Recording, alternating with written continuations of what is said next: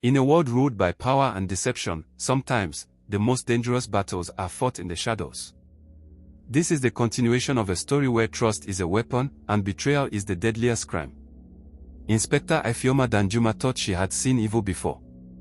But nothing prepared her for the darkness wrapped in designer suits and boardroom smiles. Samuel Adeoye, the nation's golden boy. He wasn't just a CEO. He was a kingpin. And now, he had made her his next target.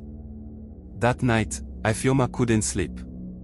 She felt it, the invisible eyes watching her, the subtle movement around her car, the anonymous calls that went silent when she answered. She wasn't just investigating anymore. She was surviving. But Ifeoma was no ordinary officer. She went underground. Cut off her phone, then disguised herself. Began building a secret team, people she could trust outside the system. A rogue banker, a cybercrime expert, and an insider, someone very close to Samuel who was willing to betray him.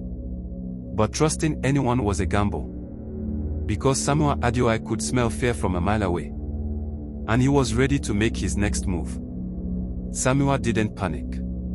He evolved. He unleashed a media war against Ifeoma. False stories appeared everywhere, allegations of corruption, claims she had planted evidence, and rumors of an affair with a suspect.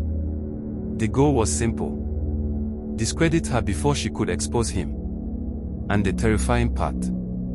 It was working. Colleagues began doubting her. Superiors questioned her sanity. Even some of her own team started pulling away. But Ifeoma, she knew the truth. And now, she was about to deliver a strike Samuel could never see coming. It started with a forgotten file. Buried deep inside Pinnacle Bank's old archives. An anonymous tip, sent by a trembling junior accountant, revealed the existence of the ledger. A secret, handwritten record of every ransom Samuel's network collected, every bribe paid and every life ruined. The ledger was Samuel's Achilles heel. And whoever possessed it could destroy him. There was only one problem.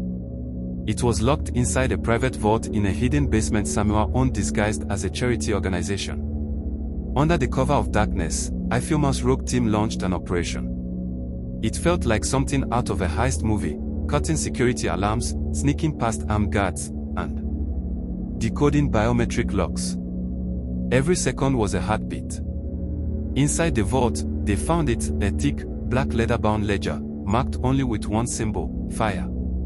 Inside, page after page. Names, dates, amounts, kidnappings, and proof. But just as they were escaping, Colonel the Surgeon and Balogun, Samuel's right-hand enforcer, caught them. Gunfire erupted in the night. Screams. Sirens.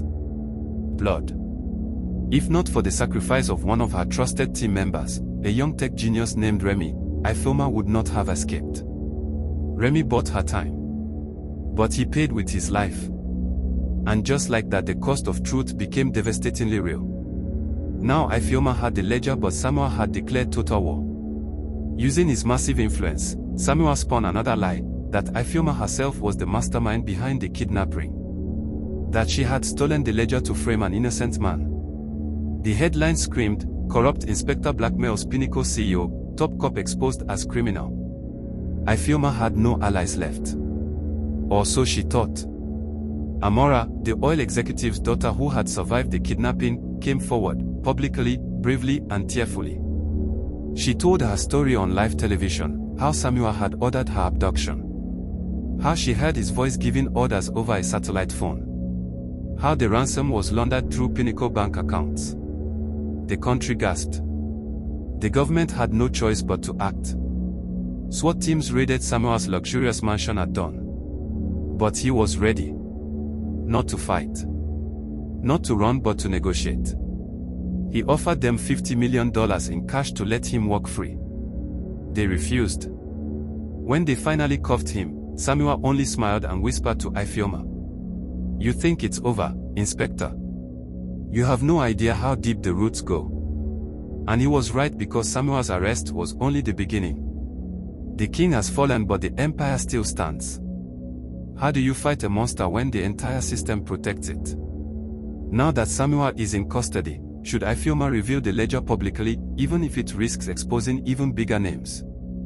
Do you believe Samuel's influence will end, or is this just the start of something even more terrifying? Drop your thoughts in the comments. Your answers might just reveal the mind of a true survivor. In the shadows of power, justice bleeds slowly.